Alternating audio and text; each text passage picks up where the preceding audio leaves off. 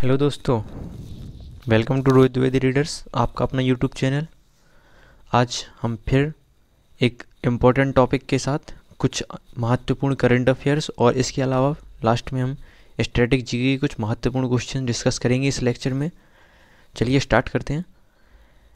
किस देश ने दुनिया में बर्ड फ्लू के तनाव का पहला मामला H5N8 की मानवों में प्रेषित करने की सूचना दी है? तो याद रखिएगा, ये पहला देश कौन सा है? रसिया है। ठीक है, नेक्स्ट चलते हैं। भारतीय एयरटेल ने भारत में 5G सेवाओं में तेज़ी लाने के लिए किस टेलीकॉम कंपनी के साथ साझेदारी की है? तो इसका सही आंसर क्या हो जाएगा? Qualcomm technology. ठीक है, याद रखिएगा, 5G सेवाओं में तेज़ी लाने के लिए भारतीय एयरटेल ने, तो इसका आपको ये भी याद रखना है कि भारतीय एयरटेल ने साझेदारी की है। ओके, चलिए इसके अलावा इसका थोड़ी सी डिटेल देख लीजिए। भारतीय कहाँ की है ये क्वालकॉम? तो जुलाई 1985 में इसकी स्थापना हुई थी। सैन डियागो में कैलिफोर्निया में स्थित है, जो कि यूनाइटेड स्टेट। हेडक्वार्टर कहाँ पे है? सैन डियागो में ही है।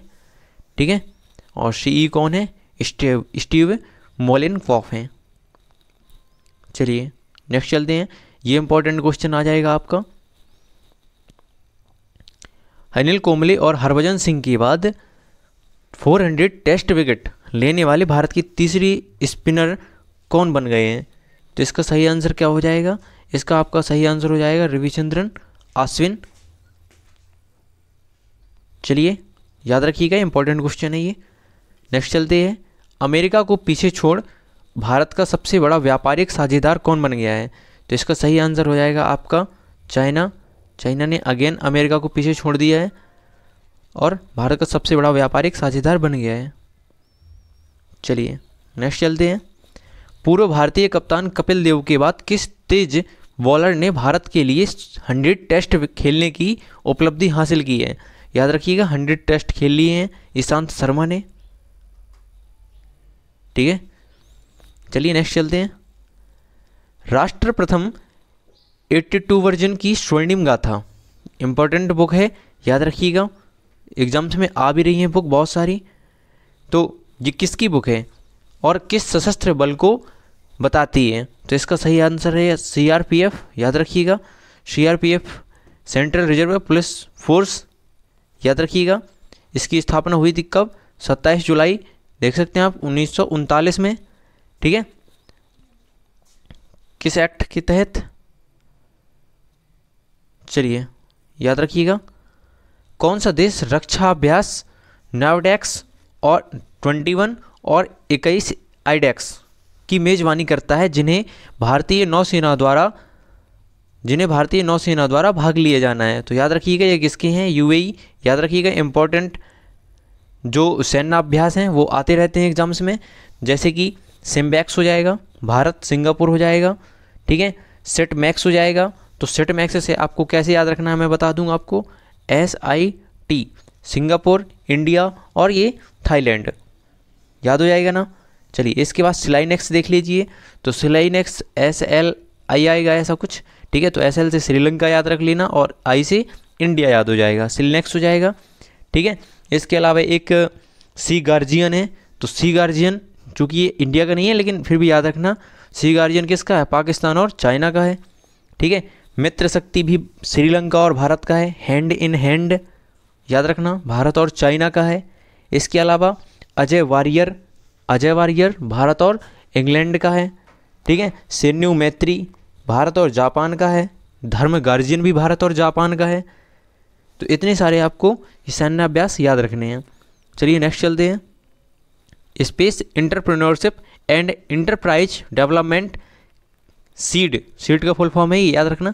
Space entrepreneurship and enterprise development किस संगठन की पहल है?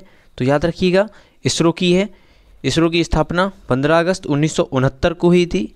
फाउंडर कौन थे? विक्रम साराभाई हैं। हेडक्वार्टर के लिए पूछा जाएगा आपसे तो बेंगलुरु हो जाएगा। अभी इसके डायरेक्टर कौन है? तो के सिवान हो जाएगा। ठीक है, चलिए नेक्स्ट चलते हैं। DRDO का भी याद रखना, जी सतीश रेड्डी हैं। चलिए नेक्स्ट चलते हैं। भौगोलिक संकेत जियोग्राफिकल इंडिकेशंस के रूप में हिमालयी गुलाबी नमक को पंजीकृत करने के लिए कौन सा देश निर्धारित किया गया है? तो इसका सही आंसर क्या हो जाएगा? नल्ला पाकिस्तान। चलिए नेक्स्ट चलते हैं। किस देश ने अतिरिक्त स्थलीय अंतरिक्ष मामलों के लिए एक नया राष्ट्रीय मंत्रालय बनाया है? तो ये भी याद रखना दिमाग में आप कि निकारागुआ हो जाएगा इसका सही आंसर, ठीक है। चलिए नेक्स्ट चलते हैं। निम्न में से कौन सा देश चांद पर अपना राष्ट्रीय झंडा फहराने वाला दुनिया का दूसरा देश बना है? याद रखिएगा, दूसरा देश बना है। तो पहला कौन सा था? पहला अमेरिका था, 1969 में उसने अपोलो मिशन के दौरान चंद्रमा पर अपना झंडा वहाँ पे स्थापित किया हुआ था। और ये दूसरा कौन बन गया है? इसका सही आंसर क्या हो जाएगा? चाइना। चलिए नेक्स्ट चलते हैं। किस राज्य के कीवी एक पक्षी है को जैविक प्रमाण पत्र ऑर्गेनिक सर्टिफिकेट दिया गया है? तो इसका सही आंसर क्या हो जाएगा? अरुणाचल प्रदेश हो जाएगा। अरुणाचल प्रदेश हो जाएगा। अरुणाचल प्रदेश से आपको याद रखना है क्या? कैपिटल इसकी ईटानगर हो जाएगी। अभी इसके गवर्नर कौन है? तो वी डी मिश्रा हैं। और अगर सीएम की बात की जाए तो पेमा खांडू हो जाएंगी। चलिए नेक्स्ट चलते हैं। कैम्ब्रिज डिक्शनरी में सबसे ज़्यादा तलाश किए जाने वाले शब्द के तौर पर किस शब्द को वर्ड ऑफ द ईयर 2020 चुना गया है? तो याद रखिएगा, कैम्ब्रिज डिक्शनरी के अकॉर्डिंग पूछ रहा है तो क्वारंटाइन हो जाएगा। अगर कैम्ब्रिज डिक्शनरी की जगह ऑक्सफोर्ड डिक्शनरी पूछता तो ऑक्सफोर्ड डिक्शनरी में एक शब्द किया है संविधान, ठीक है। किस शब्द को ऐड किया गया है? संविधान, याद रखिएगा। चलिए नेक्स्ट चलते हैं। किस राज्य ने छोटे जानवरों के लिए अपना पहला इको ब्रिज बनाया है? इंपॉर्टेंट है, याद रखिएगा। पहला इको ब्रिज बनाया है तो इसका सही आंसर हो जाएगा उत्तराखंड। और उत्तराखंड से आपको याद रखना है क्या? देहरादून और गैरसैंण इसकी दो कैपिटल हैं, ठीक है। ग्रीष्मकालीन राजधानी इसकी गैरसैंण बनाई गई थी, ठीक है। और इसके गवर्नर की बात की जाए तो बेबी रानी मौर्य हो जाएंगे। और इसके सीएम कौन हो जाएंगे? त्रिवेंद्र सिंह रावत। चलिए नेक्स्ट चलते हैं। फॉर्चून इंडिया की रिपोर्ट के अनुसार भारत की शीर्ष 500 कंपनियों में से कौन सी प्रथम स्थान पर पहुंच गई है? तो इसका तो आंसर कोई भी तुक्का ही मार सकता है। रिलायंस इंडस्ट्रीज है, ठीक है, अंबानी, याद रखिएगा। चलिए नेक्स्ट चलते हैं। किस राज्य की कैबिनेट ने जाति आधारित नामों वाली सभी आवासीय कॉलोनियों का नाम बदलने के प्रस्ताव को मंजूरी दे दी है? ये एक अच्छी मुहिम कही जा सकती है, ठीक है। जाति आधारित जितनी भी कॉलोनी है उन सभी के नाम बदल दिए जाएंगे अब। तो ये किसने किया है? ये किया है महाराष्ट्र सरकार ने। चलिए इंपॉर्टेंट क्वेश्चन है, याद रखिएगा। नेक्स्ट चलते हैं। किस राज्य की विधानसभा ने अपने राज्य में ऑनलाइन गेमिंग पर प्रतिबंध लगा दिया है और ऐसा लगाने वाला विधेयक पारित कर दिया है? तो इसका सही आंसर क्या हो जाएगा? आंध्र प्रदेश हो जाएगा। आंध्र प्रदेश की 3 कैपिटल बनाई गई थी, याद रखिएगा। कौन कौन सी? एक तो आंध्र प्रदेश का अमरावती हो जाएगा, ठीक है, और एक कुरनूल हो जाएगी और एक विशाखापट्टनम हो जाएगी। आंध्र प्रदेश की बात की जाए तो भाषाई आधार पर सर्वप्रथम गठित होने वाला राज्य कौन सा था? 1953 में आंध्र प्रदेश ही था। और विश्वभूषण हरिचंद्रन यहाँ के राज्यपाल हैं और जगन मोहन रेड्डी यहाँ की सीएम है। तो इतने सारे क्वेश्चंस आपको यहाँ से याद रखना है। भाषाई आधार पर सर्वप्रथम पृथक होने वाला राज्य, अलग होने वाला राज्य कौन सा था? आंध्र प्रदेश ही था, ठीक है। चलिए नेक्स्ट चलते हैं। कौन सा देश वर्ष 2020 के लिए फीफा की फाइनल रैंकिंग लिस्ट में सबसे ऊपर है? तो ये इंपॉर्टेंट क्वेश्चन है, याद रखिएगा, किसी न किसी एग्जाम्स में आपको मिलेगा, ठीक है। इसका सही आंसर क्या हो जाएगा? बेल्जियम है। चलिए नेक्स्ट चलते हैं। किस फिल्म को ऑस्कर के लिए भारत की आधिकारिक प्रविष्टि के तौर पर चुना गया था? याद रखिएगा, जल्लीकट्टू है। और ऑस्कर अवार्ड मिला किस मूवी को है? तो मिला है, कोरियाई फिल्म है पैरासाइट, ठीक है, पैरासाइट, याद रखिएगा। और ये पहली मतलब श्वेत मूवी भी है ऐसी कुछ करके, ठीक है। और अगर best actor award, best actor देखा जाएगा ऑस्कर के लिए तो वो क्या हो जाएंगे? जोकिन फिनिक्स, जोकर मूवी के लिए मिला हुआ था उन्हें। चलिए नेक्स्ट चलते हैं। छपाक का मैंने आपको अभी कल ही बताया था, मेघना गुलजार हैं इसके डायरेक्टर, ठीक है। इस छपाक मूवी की जो एक्टर हैं उनको अभी दादा साहब फाल्के अवार्ड मिला है, मतलब एक्ट्रेस को, दीपिका पादुकोण को। तो ये अभी याद रखिएगा, ठीक है। चलिए नेक्स्ट चलते हैं। निम्नलिखित में से किस भारतीय खिलाड़ी को ICC player of the decade award के लिए नामित किया गया है? तो इंपॉर्टेंट क्वेश्चन है, याद रखिएगा इसको भी, ठीक है। क्या आंसर हो जाएगा? विराट कोहली। रोहित शर्मा से आपको याद रखना है कि अभी 2020 का इन्हें राजीव गांधी खेल रत्न अवार्ड मिला है, ठीक है। और रविचंद्रन अश्विन के लिए अभी अभी बताया मैंने कि अनिल कुंबले और हरभजन के बाद तीसरे ऐसे प्लेयर बने हैं जिन्होंने 400 टेस्ट विकेट लिए हैं, याद रखिएगा। चलिए नेक्स्ट चलते हैं। अंतरिक्ष में लॉन्च किए जाने वाले रॉकेट का न्यूनतम पलायन वेग कितना होना चाहिए? मतलब पलायन वेग का मतलब आप समझ लीजिए कि कोई एक ऐसी मिनिमम वैल्यू जो पृथ्वी के गुरुत्वाकर्षण प्रभाव से दूर जा सके, मतलब पृथ्वी के गुरुत्वाकर्षण बल के प्रभावहीन कर सके और अंतरिक्ष में जा सके। मतलब किसी रॉकेट को जब हम यहाँ से पलायन अगर करना चाहते हैं तो पृथ्वी गुरुत्वाकर्षण से बाहर भेजना चाहते हैं, तो याद रखिएगा कि उसकी मिनिमम वैल्यू कितनी होनी चाहिए? 11.2 किलोमीटर पर सेकेंड। यदि उसकी वैल्यू इतनी है तो वह लौट कर नहीं आएगी, अंतरिक्ष में पलायन कर जाएगी। याद रखिएगा, ये लिखा है, देख लीजिए आप। पलायन वेग एक स्वतंत्र वस्तु के लिए पृथ्वी के गुरुत्वाकर्षण प्रभाव से बाहर निकालने के लिए आवश्यक न्यूनतम गति है। चलिए नेक्स्ट चलते हैं। एक प्रिज्म के द्वारा प्रकाश का विभिन्न रंगों में विभाजन क्या कहलाता है? आप सभी जानते होंगे कि एक जब सनलाइट होती है, सनलाइट कितने रंगों से मिलकर बनी होती है? तो सभी जानते हैं हम कि सनलाइट जो होती है वो 7 रंगों से मिलकर बनी होती है, ठीक है। और कौन कौन से रंगों से? विबग्योर करके हम जानते हैं, विबग्योर,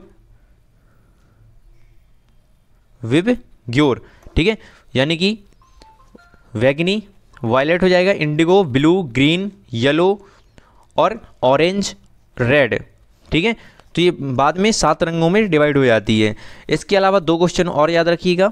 कोई वस्तु हमको यदि सफ़ेद दिख रही है तो सफ़ेद दिखने का मतलब ये होता है कि वह वस्तु 7 के 7 रंगों का क्या कर रही है? अपने आप से मतलब परावर्तन कर दे रही है, ठीक है। और यदि कोई वस्तु हमको काली दिख रही है तो इसका मतलब ये है कि वह वस्तु 7 के 7 रंगों को अवशोषित किए ले रही है अपने आप में, ठीक है। कोई वस्तु यदि हमको हरी दिख रही है तो हरे दिखने का मतलब ये होता है कि वह हरे रंग के अलावा शेष अन्य सभी 6 रंगों को अपने आप में अवशोषित कर रही है और हरे रंग को निकाल रही है बाहर, ठीक है। इसलिए वह हमको हरी दिख रही है। आई होप समझ में आ गया होगा। चलिए नेक्स्ट चलते हैं। विबग्योर याद रखना, बैगनी, जामुनी, नीला, हरा, पीला, नारंगी और ये लाल हो जाएगा, ठीक है। नेक्स्ट चलते हैं। श्वेत प्रकाश को विभिन्न रंगों के प्रकाश में पृथक्करण को विक्षेपण के रूप में जाना जाता है, ठीक है। चलिए नेक्स्ट चलते हैं। एक नाव डूब जाएगी यदि वह पानी विस्थापित करती है। तो इसके लिए इंपॉर्टेंट, ये याद रखना है, इंपॉर्टेंट क्वेश्चन है। आर्किमिडीज सिद्धांत से लिया गया है, तैरने के नियम से। और यहाँ पे याद रखना उत्प्लावन बल रहेगा और उत्प्लावन बल का मान जो होता है वो द्रव्य की घनत्व पर निर्भर करता है, ठीक है। तो यहाँ पे क्वेश्चन समझिएगा कि नाव डूब जाएगी, नाव डूबेगी यानी कि वह अपने भार के बराबर अगर पानी विस्थापित कर रही है तो वह नाव डूब जाएगी, ठीक है। इसके अलावा याद रखिएगा, डूबती कब कोई वस्तु नहीं है जब किसी वस्तु के भार में कमी उसके द्वारा हटाए गए भार के बराबर होती है। ये क्या है? आर्किमिडीज लॉ है, ठीक है। और आपने ये भी देखा होगा कि पानी में कोई भी वस्तु का वजन वास्तविक वजन से क्या होता है? कम होता है, ठीक है। तो आभासी भार जो होता है वह वास्तविक भार से हटाए गए भार की को आप अगर सब्ट्रैक्ट कर देंगे तो आपका आभासी भार आ जाएगा, ठीक है। याद रखिएगा, यहाँ पर पानी में 2 प्रकार की फोर्स काम करते हैं। एक वस्तु का भार हमेशा नीचे की ओर काम करता है और उत्प्लावन बल जो होता है वो हमेशा ऊपर की ओर कार्य करता है, ठीक है। उत्प्लावन बल का मान जो होता है वो हमेशा द्रव्य की घनत्व पर निर्भर करेगा, ठीक है। इसलिए लोहे की जो गेंद होती है मरकरी के ऊपर आसानी से तैर सकती है, ठीक है। याद रखिएगा, एक क्वेश्चन यहाँ से एक और आता है कि जब पानी के जहाज नदियों से समुद्र में उतरते हैं, मतलब ये नदियाँ हैं, ठीक है, और यहाँ पे ये समुद्र है, तो ये एक बोट है। जब यहाँ पे नदियों से समुद्र में जाएगी तो मतलब ऊपर की तरफ हमेशा उठ जाते हैं, ठीक है, तो डेंसिटी की वजह से, ठीक है। तो इसका सही आंसर क्या हो जाएगा? वेट, बाहर हो जाएगा। ठीक है, बेकिंग सोडा का रासायनिक सूत्र, तो आपको ये दिख गया होगा, बेकिंग सोडा यानी कि NaHCO3, ठीक है, सोडियम बाइकार्बोनेट को बेकिंग सोडा के रूप में जाना जाता है। ठीक है, सोडियम बाइकार्बोनेट का रासायनिक सूत्र आपने देख लिया, NaHCO3 इंपॉर्टेंट है, याद रखिएगा। इसके अलावा CaOH का होल ट्वाइस, तो कैल्शियम हाइड्रोक्साइड है। ठीक है, बुझा हुआ चूना पुताई के काम आता है और लोग खाने के लिए भी इसका यूज करते हैं, याद रखिएगा। और इसके अलावा आपको याद रखना है CaCO3 क्या कहलाता है, तो इसके लिए आपको ये कैल्साइट है। ठीक है, कैल्शियम का एक कोर है, अयस्क है। इसके अलावा एक Na2CO3 है, तो Na2CO3 का मतलब होता है, आपने ये देख लिया, NaCO3 क्या कहलाता है, सोडियम बाइकार्बोनेट। Na2CO3 क्या कहलाता है, सोडियम कार्बोनेट। ठीक है, ये कंफ्यूज नहीं होना, NaHCO3 है सोडियम बाइकार्बोनेट, ठीक है, और ये है सोडियम कार्बोनेट। ठीक है, याद रखिएगा, ये खाने के लिए भी यूज करते हैं हम। ठीक है, मतलब दाल वाल पकाने के लिए भी इसका यूज करते हैं। और Na2CO3 ये सोडियम कार्बोनेट है और ये धावन सोडा भी कहलाता है, मतलब धुलाई के लिए घरों में यूज भी किया जाता है। ठीक है, गिलास निर्माण में भी उपयोग किया जाता है इसका, कागज़ उद्योग में भी इसका उपयोग किया जाता है। और Na2CO3 अब चूँकि कपड़े को साफ करते हैं तो वो क्या करता है, जल की अस्थायी कठोरता को हटाने के लिए, क्वेश्चन यहाँ से आता है, जल की अस्थायी कठोरता को दूर करने के लिए किसका यूज करते हैं, तो Na2CO3 का, मतलब सोडियम कार्बोनेट का। ठीक है, तो इसका सही आंसर क्या हो जाएगा आपको, बेकिंग सोडा यानी कि NaHCO3। ठीक है, सोडियम बाइकार्बोनेट। और इसके अलावा एक और ये याद रखना, Na2CO3 ये कहलाता है क्या, धावन सोडा, सोडियम कार्बोनेट। चलिए नेक्स्ट चलते हैं। कार्नोटाइट से आपको याद रखना है, कार्नोटाइट किसका और है, तो ये याद रखना है यूरेनियम का है। यूरेनियम का मतलब एक और यूरेनियम का अयस्क है, कोर होता है, और याद रखिएगा कौन सा, पिच ब्लेंड। ठीक है, इसके अलावा जिंक की याद रखना है आपको, जिंक के तीन मिलेंगे आपको, और कौन कौन से, एक तो जिंक ब्लेड मिलेगा, जिंक ब्लेड का मतलब ZNS, एक मिलेगा कैलेमाइन ZnCO3, और एक मिलेगा आपको जिंकाइट मिलेगा आपको ZnO। इतने और याद रखिएगा। ठीक है, तो यूरेनियम कार्नोटाइट का अयस्क है, मतलब कार्नोटाइट यूरेनियम का अयस्क है, और यूरेनियम का एक और इम्पॉर्टेंट है पिच ब्लेंड, तो उसको भी याद रखिएगा। चलो नेक्स्ट चलते हैं।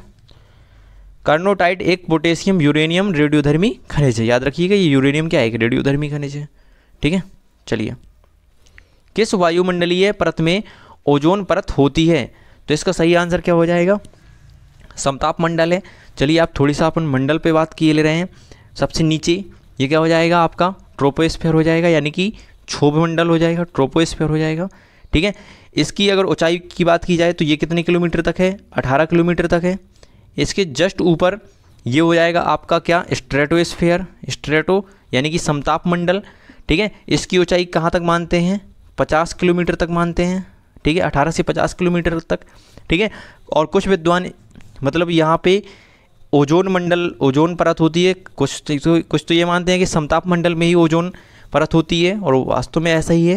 लेकिन कुछ विद्वानों का मानना है कि नहीं, 32 किलोमीटर से 60 किलोमीटर के बीच में एक ओजोन मंडल पाया जाता है, वहीं पर ओजोन परत होती है। ओजोन परत आ रहा है तो याद रखना, ओजोन परत की मोटाई किससे मापते हैं हम, डप्सन से मापते हैं। ठीक है, किससे, डप्सन से मापते हैं। इसके ऊपर जाएंगे हम तो आपको ये मध्य मतलब मेसोस्फीयर मिल जाएगा, मध्यमंडल मिल जाएगा। ठीक है, इसकी ऊंचाई आपको कहाँ से याद रखना है, ये मतलब 80 किलोमीटर तक है ये। ठीक है, मीजोस्फीयर हो जाएगा। अब मीजोस्फीयर के बाद फिर आपको यहाँ पे और ऊपर जाएंगे तो आयनोस्फीयर मिल जाएगा, आयन मंडल मिल जाएगा। ठीक है, 400 किलोमीटर तक है ये। और आयनोस्फीयर के बाद फिर आपको ये मिल जाएगा क्या, बाह्य स्फीयर, मतलब बाह्य मंडल। ठीक है, एक्सोस्फीयर। तो इस तरीके से हमने सारे ये देख लिए मंडल, याद रखिएगा। अगर वायुयानों के लिए एक आदर्श माना जाता है तो आदर्श मंडल कौन सा है, समताप मंडल है। जितनी भी मानसिक, ये मतलब सॉरी मानसिक नहीं, ये मानसूनी घटनाएं होती हैं ये कहाँ पे होती हैं आपको ट्रोपोस्फीयर में मिल जाएंगी, क्षोभ मंडल में मिल जाएंगी। ठीक है, हम कोई भी अगर यहाँ पे हम सैटेलाइट लॉन्च कर रहे हैं तो वो हमारा कहाँ जाएगा, आयोनोस्फीयर में जाएगा। ठीक है, तो इस तरीके से आपको ये इतने सारे क्वेश्चंस याद रखने हैं। चलिए नेक्स्ट चलते हैं। ये सब वही लिखा है। धातुओं में विद्युत का संचालन होता है। धातुओं में विद्युत का संचालन कैसे होता है, याद रखिएगा, जो फ्री इलेक्ट्रॉन होते हैं, जैसे कि ये कोई हम नाभिक बना के देख ले रहे हैं। ठीक है, यहाँ पे ये न्यूट्रॉन हो जाएगा और ये प्रोटॉन हो जाएगा। ठीक है, और ये इसके यहाँ पे ये चक्कर लगा रहे हैं इलेक्ट्रॉन।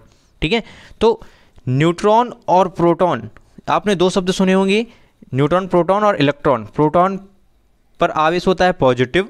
ठीक है, न्यूट्रॉन में उदासीन होते हैं, कोई आवेश नहीं होता, और इलेक्ट्रॉन में होता है ऋणावेशित। ठीक है, तो न्यूट्रॉन और प्रोटॉन को मिला देते हैं हम यदि, तो हमारा न्यूट्रॉन और प्रोटॉन ये क्या बन जाएगा, एटॉमिक मास।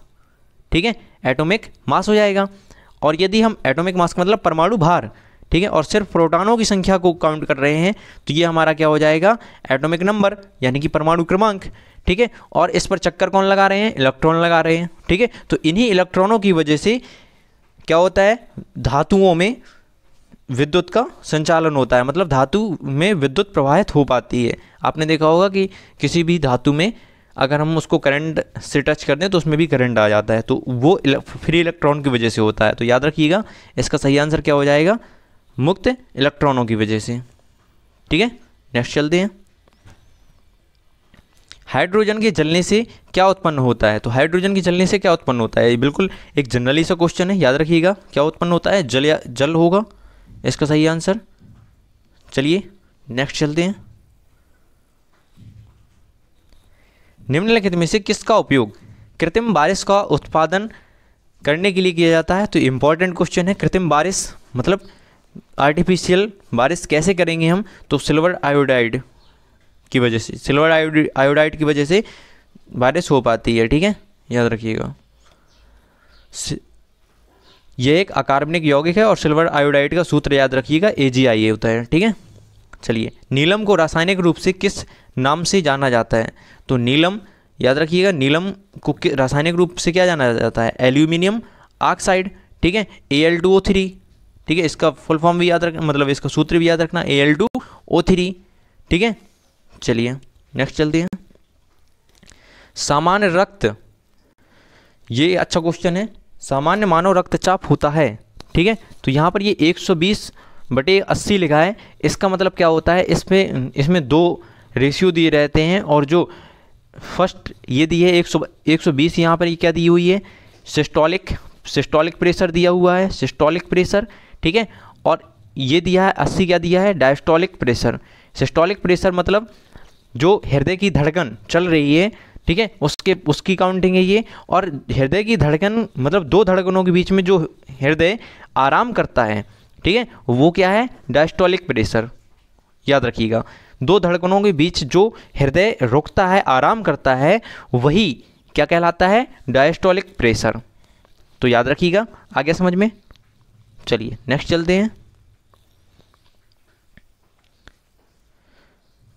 पढ़ लीजिए, वही सब लिखा है। चलिए नेक्स्ट चलते हैं। कीटों के श्वसन अंग का क्या नाम है, तो कीटों के श्वसन अंग का क्या नाम है, याद रखिएगा, ट्रेकिया है। ठीक है, जहाँ से हम लोग पानी पीते हैं, ये गले के यहाँ पर ये ट्रेकिया ही पाई जाती है यहाँ पे, तो कीट यहाँ से श्वसन करते हैं। ठीक है, तो ये भी इंपॉर्टेंट क्वेश्चन है, याद रखिएगा, कीटों के श्वसन अंग का नाम ट्रेकिया है। चलिए, ट्रिप्सिन क्या करता है, ट्रिप्सिन का काम क्या है, तो ट्रिप्सिन सिंपल सा क्वेश्चन है, प्रोटीन को किस में तोड़ देता है, पेप्टोड में तोड़ देता है। ठीक है, पेप्टाइड में तोड़ देता है, याद रखिएगा। ठीक है, पेप्टाइड्स में तोड़ देता है। महामंदी किस वर्ष में हुई थी, हाँ ये बहुत इंपॉर्टेंट क्वेश्चन है, याद रखिएगा। मतलब अगर 1929 में क्या हुआ था, अमेरिका के शेयर बाज़ारों में कोई दुर्घटना हो गई थी, जो अभी मतलब हिस्ट्री में देखा जाए तो ये सबसे बड़ी मंदी है आधुनिक विश्व इतिहास में। यहाँ पे मेंशन कर दिया है मैंने, याद रखिएगा, आधुनिक विश्व इतिहास में सबसे बड़ी और सबसे लंबी आर्थिक मंदी थी ये। और ठीक है, और ये 1929 से स्टार्ट होने के बाद जब द्वितीय विश्व युद्ध समाप्त हुआ जाके 1945 में 46 में, ठीक है, तब जाके ये तब तक समाप्त नहीं हुई थी। तो ये सबसे बड़ी मंदी मानी जाती है, याद रखना 1929। चलिए नेक्स्ट चलते हैं। किस राज्य में राज्यसभा की सबसे अधिक सीटें हैं? तो ये एक इंपॉर्टेंट क्वेश्चन है, याद रखना।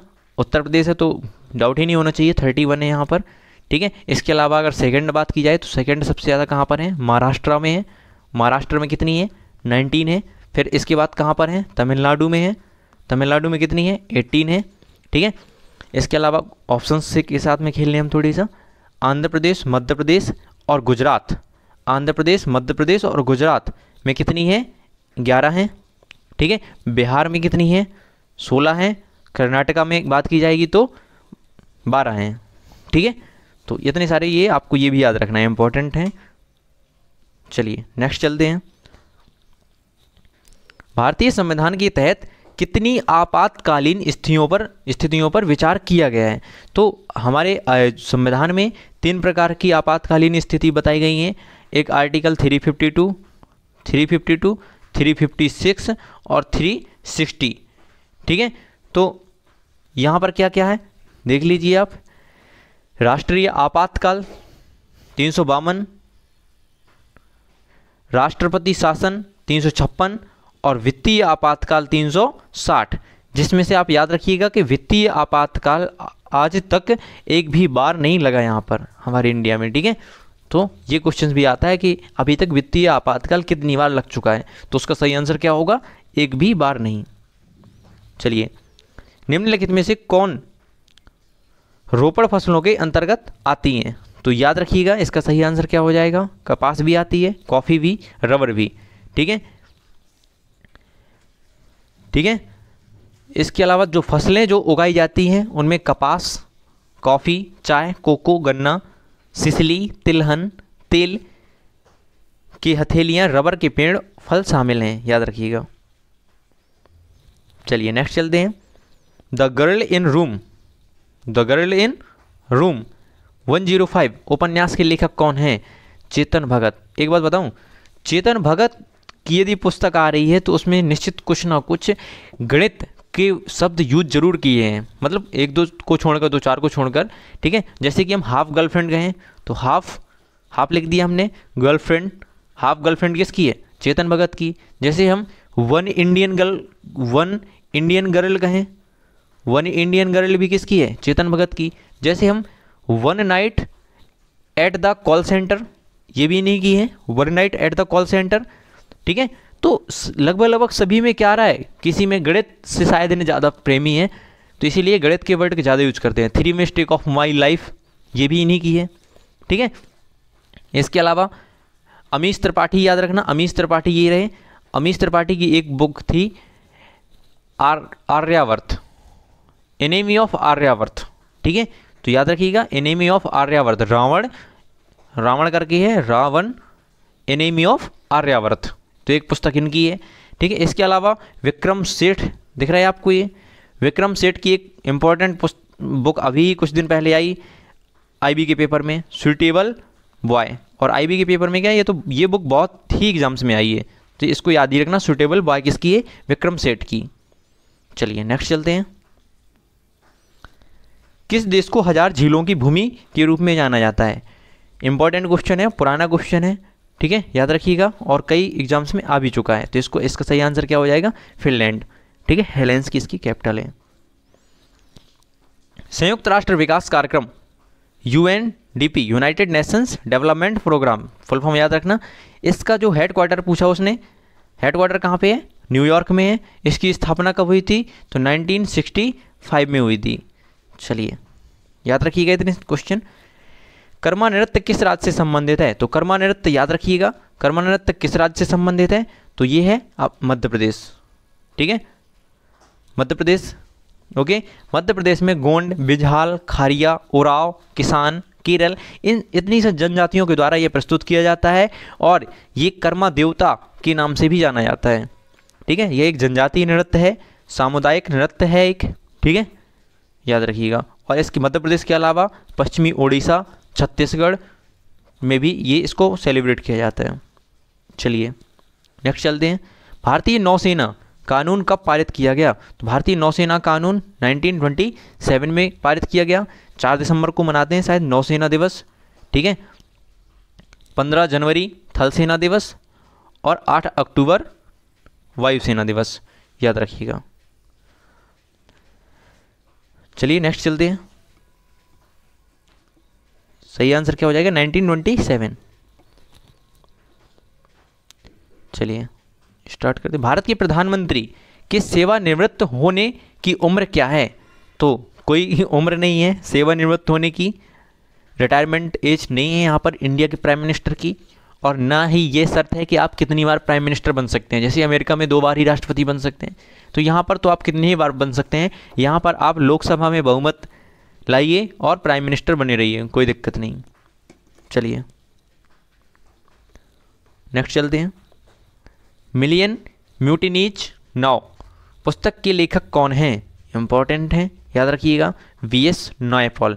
वीएस नायपॉल की एक और पुस्तक है एन एरिया ऑफ डार्कनेस। क्या? एन एरिया ऑफ डार्कनेस, ठीक है। तो ये पुस्तक इंपॉर्टेंट है। क्यों इंपॉर्टेंट है मैं आपको थोड़ी सी डिफरेंस बता दूं। एक पुस्तक है एन एरा ऑफ डार्कनेस, ठीक है, एन एरा ऑफ डार्कनेस। तो ये पुस्तक किसकी है? शशि थरूर की, अवॉर्डेड बुक है, याद रखिएगा। शशि थरूर की। अंतर कितना है एरिया में और एरा में? और ऑप्शंस में आपको शशि थरूर भी मिल जाएंगे और वीएस नायपॉल भी मिल जाएंगे, तो याद रखिएगा, कंफ्यूज नहीं होना है। An era of darkness V S Naipaul की है और era of darkness Shashi Tharoor की है और एरिया वीएस नायपॉल की है, कंफ्यूज नहीं होना है। चलिए नेक्स्ट चलते हैं। निम्नलिखित में से किसका मुक्त होना ओजोन परत के ह्रास का मुख्य कारण है? तो जो हम घरों में रेफ्रिजरेटर का यूज करते हैं, रेफ्रिजरेटर से क्या निकलता है? क्लोरोफ्लोरोकार्बन, ठीक है, CFC। तो क्लोरोफ्लोरोकार्बन के ह्रास होना ही मतलब ये बहुत ज़्यादा हानि पहुंचाता है किसको? ओजोन परत को, ठीक है। और मैंने आपको अभी पिछले क्वेश्चन में बताया कि ओजोन परत के मोटाई को मापने के लिए किस यूनिट का उपयोग करते हैं? तो डप्सन का उपयोग करते हैं, बहुत इंपॉर्टेंट है, याद रखिएगा। चलिए नेक्स्ट चलते हैं। महात्मा गांधी द्वारा भारत छोड़ो आंदोलन का प्रारंभ वर्ष क्या है? तो 1942 है, याद रखिएगा। इसकी डेट भी आती है तो 8 अगस्त है। इसी आंदोलन को भारत छोड़ो आंदोलन की जगह और दूसरा नाम क्या भी कहते हैं? अगस्त क्रांति के नाम से जानते हैं इसको, याद रखिएगा। इसी आंदोलन में बहुत ज़्यादा विवादित है ये आंदोलन, क्योंकि यहाँ पर गांधी जी ने ये एक नारा दिया था, स्लोगन दिया था, करो या मरो। तो ये काफ़ी हिंसात्मक आंदोलन माना जाता है और काफ़ी हिंसा हुई भी थी इस आंदोलन में, ठीक है। तो याद रखिएगा, करो या मरो का नारा गांधी जी ने भारत छोड़ो आंदोलन के टाइम में ही दिया था। 8 अगस्त 1942 को स्टार्ट हुआ था। अगस्त क्रांति भी इसको कहा जाता है, ठीक है। चलिए नेक्स्ट चलते हैं। किस भौतिक मात्रा का सीमेंस में मापन किया जाता है? तो विद्युत चालकता का मापन किया जाता है सीमेंस में, याद रखिएगा, इंपॉर्टेंट है, ठीक है, आ जाता है और बहुत सारे बच्चों ने पढ़ा भी नहीं होता। चलिए, सिनाई प्रायद्वीप निम्नलिखित में से किसके बीच स्थित है? यदि आपने नहरों वाला वीडियो देखा है मेरा तो आप निश्चित ही बता देंगे कि यह लाल सागर और भूमध्य सागर के बीच स्थित है, क्योंकि वहाँ पर मैंने बताया था कि जब स्वेज नहर का निर्माण किया गया था तो सिनाई प्रायद्वीप को काटकर ही स्वेज नहर का निर्माण किया गया था। और स्वेज नहर के निर्माण से यूरोप और भारत के बीच की दूरी कितने किलोमीटर कम हो गई है? तो 7200 किलोमीटर, ठीक है, याद रखिएगा। और स्वेज नहर लाल सागर और भूमध्य सागर को जुड़ती है, यहाँ से ये क्वेश्चन भी आता है, याद रखिएगा। स्वेज नहर के जो इंजीनियर है उनका नाम आ जाता है फर्डिनेंड द लाप्लास। आप वो वीडियो देखिए, डिस्क्रिप्शन बॉक्स में आपको उसकी लिंक मिल जाएगी, तो बहुत इंपॉर्टेंट है। और इसका आंसर क्या हो जाएगा? लाल सागर और भूमध्य सागर। चलिए नेक्स्ट चलते हैं। निम्नलिखित में से कौन सी मेट्रो कचरे से ऊर्जा प्राप्त करने वाली भारत की पहली परियोजना बन गई है? तो याद रखना, इसका सही आंसर क्या हो जाएगा? दिल्ली मेट्रो। दिल्ली मेट्रो ने क्या किया है, जो गाजीपुर में स्थित है 12 मेगावाट का जो क्षमता वाला ऊर्जा प्लांट है, वहाँ से 2 मेगावाट पावर की क्या बनाई, कचरे से क्या बनाया है, ये परियोजना यहाँ से उन्होंने ये बनाया है, कचरे से ऊर्जा प्राप्त की है, मतलब ये बनाया हुआ है, याद रखिएगा। ठीक है, 12 मेगावाट क्षमता के कचरे की ऊर्जा संयंत्र से 2 मेगावाट बिजली प्राप्त करना शुरू कर दिया है यहाँ पर। तो इसका सही आंसर दिल्ली मेट्रो हो जाएगा। ठीक है, first ever SDG index, gender index याद रखना है इसमें, इसका सतत व्यापक विकास है। ठीक है, लिंग सूचकांक में भारत की रैंक क्या है, तो 95 है, कितने देशों में, 129 देशों में। ठीक है, इंडिया की रैंक है। अगर यहाँ पे फर्स्ट की बात की जाए तो फर्स्ट कौन सा है, फर्स्ट रैंक पर कौन है, तो याद रखना डेनमार्क है। ठीक है, लास्ट की बात की जाए तो लास्ट की कुछ वही अफ्रीका की कंट्री हैं, सिएरा लियोन, लाइबेरिया, नाइजीरिया, ठीक है, माली, तो ये कंट्री हैं, याद रखिएगा। तो दोस्तों कैसा लगा आपको ये सेशन, अगर आपको हेल्पफुल लगा हो तो प्लीज़ कमेंट बॉक्स में कमेंट कर बताइए, ताकि मुझे थोड़ी सा मोटिवेशन मिल सके। और अपने दोस्तों के साथ में शेयर ज़रूर कर दीजिएगा। यदि आप पहली बार चैनल में आए हैं तो प्लीज़ सब्सक्राइब कर बेल आइकन ज़रूर प्रेस कर लीजिएगा। थैंक यू सो मच, ज़्यादा से ज़्यादा लाइक करिए, सपोर्ट बनाए रखिए अपना। Thank you so much.